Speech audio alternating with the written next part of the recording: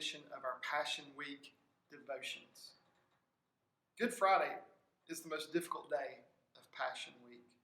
Christ's painful journey turned treacherous in these final hours leading to his death. Like Thursday, Friday was a whirlwind of activity, and if not for that first Easter Sunday, it would be the most significant day in all of history. Friday's events are found in Matthew chapter 27, verses 1 through 61, Mark 15, verses 1 through 47, Luke 22, 63 through 23, 56, and John 18, 28 through 19, 37. I'll read Matthew 27, 1 through 61. Now when morning came, all the chief priests and the elders of the people conferred together against Jesus to put him to death. And they bound him and led him away and delivered to him to Pilate the governor. Then when Judas, who had betrayed him, saw that he had been condemned, he felt remorse and returned the 30 pieces of silver to the chief priests and elders, saying, I have sinned by betraying innocent blood. But they said, what is that to us? See to that yourself. And he threw the pieces of silver into the temple sanctuary and departed, and he went away and hanged himself. The chief priest took the pieces of silver and said, it is not lawful to put them into the temple treasury, since it is the price of blood. And they conferred together, and with the money bought the potter's field as a burial place for strangers. For this reason, that field has been called the field of blood to this day. Then that which was spoken through Jeremiah the prophet was fulfilled. And they took the 30 pieces of silver, the price of the one whose price had been set by the sons of Israel, and they gave them for the potter's field, as the Lord directed me. Now Jesus stood before the governor, and the governor questioned him, saying, Are you the king of the Jews? And Jesus said to him, It is as you say. And while he was being accused by the chief priests and elders, he did not answer. Then Pilate said to him, Do you not hear how many things they testify against you? And he did not answer with regard to even a single charge, so the governor was quite amazed.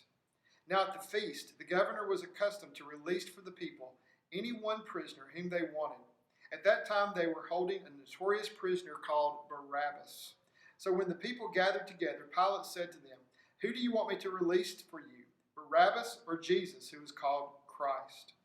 For he knew that because of envy they had handed him over.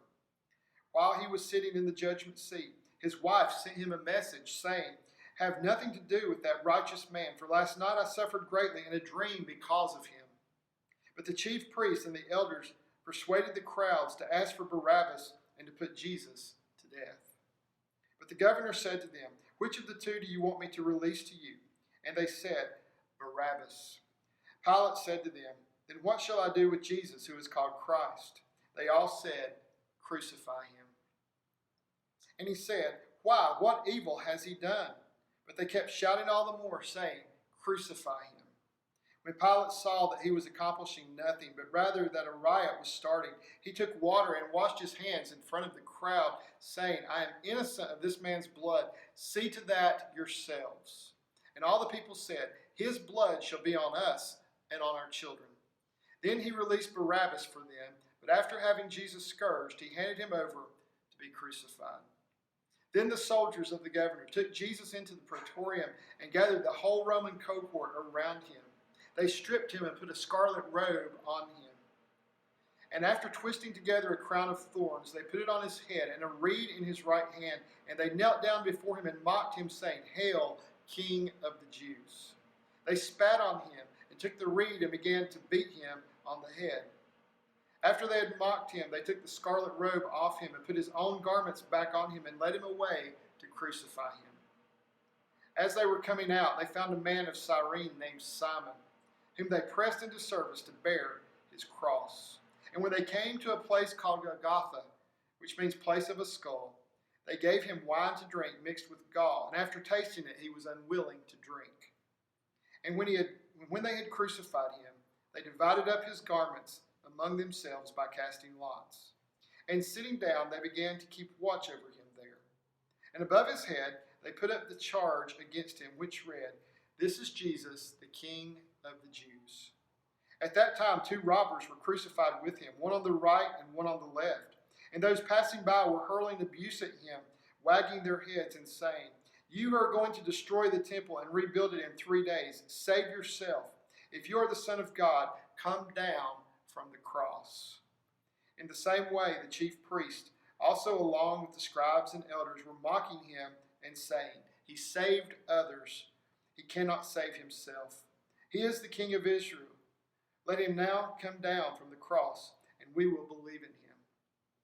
He trusts in God. Let God rescue him now, if he delights in him, for he said, 'I am the Son of God.'" The robbers who had been crucified with him were also insulting him with the same words. Now from the 6th hour, darkness fell upon all the land until the 9th hour. About the 9th hour, Jesus cried with a loud voice, saying, "Eli, Eli, lama sabachthani," which is, my God, why have you forsaken me?" And some of those who were standing there, when they heard it, began saying, "This man is calling for Elijah." Immediately, one of them ran, and taking a sponge, he filled it with sour wine, and put it on a reed, and gave him a drink. But the rest of them said, "Let us see whether Elijah will come to save him." And Jesus cried out again with a loud voice, and yielded up his spirit. And behold, the veil of the temple was torn in two from top to bottom, and the earth shook, and the rocks were split. The tombs were opened, and many bodies of the saints who had fallen asleep were raised. And coming out of the tombs after his resurrection, they entered the holy city and appeared to many. Now the centurion and those who were with him kept guard over Jesus. When they saw the earthquake and the things that were happening, became very frightened and said, "Truly this is the Son of God." Many women were there looking on from a distance, who had followed Jesus from Galilee while ministering to him. Among them was Mary Magdalene, and Mary the mother of James and Joseph, and the mother of the sons of Zebedee. When it was evening, there came a rich man from Arimathea named Joseph, who himself had also become a disciple of Jesus. This man went to Pilate and asked for the body of Jesus. Then Pilate ordered it to be given to him. And Joseph took the body and wrapped it in a clean linen cloth, and laid it in his own new tomb, which he had hewn out of the rock. And he rolled a large stone against the entrance of the tomb, and went away.